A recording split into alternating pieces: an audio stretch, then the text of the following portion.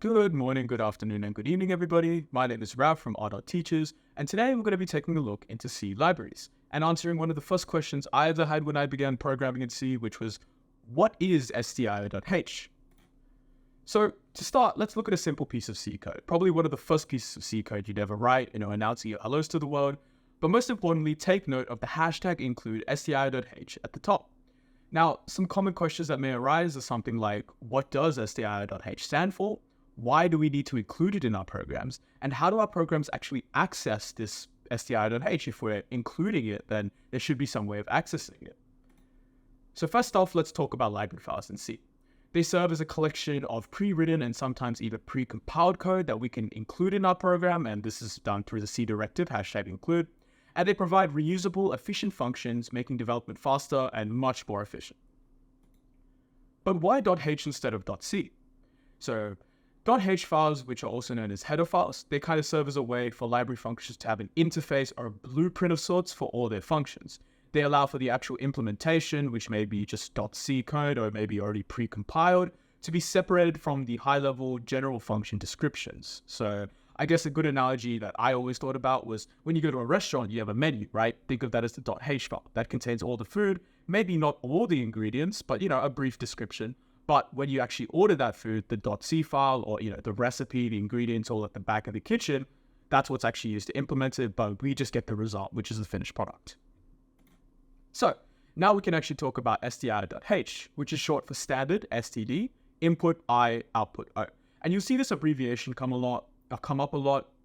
You'll probably even see it in the next slide. But stdio.h contains instructions for core input-output functions such as printf, scanf, and some other functions like snprintf, fprintf, and so on and so forth. And stdio.h is one of 20 standard library files.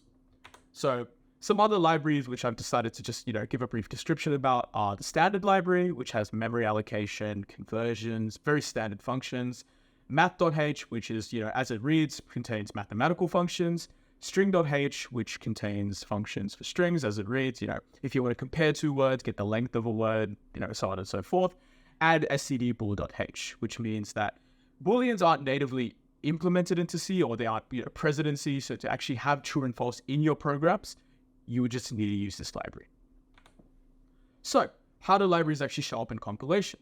So just as a refresher, these are the very basic steps of compilation in C. And libraries actually make themselves known in two of the steps.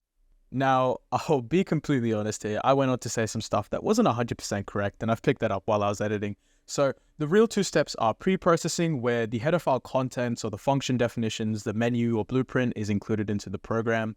And then we have linking with two types of linking, the big static linking, where we actually just get all the code of the libraries and we just put them into the program. It's present in the executable file. And on the other hand, we have dynamic linking, where the executable file will have just, small references. And every time that we run the program, those references will be called upon, and then we'll get the correct, function usage.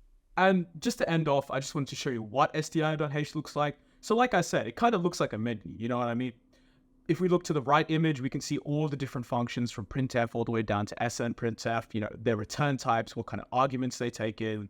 And this is what's actually added into our program when we're compiling. And that allows us to print words, scan words, whatever we need. So that reaches the end of our video. A short look into C libraries. If you have any questions, any suggestions, any improvements, any disprovements, please make sure to comment them down below. And most importantly, have an amazing day.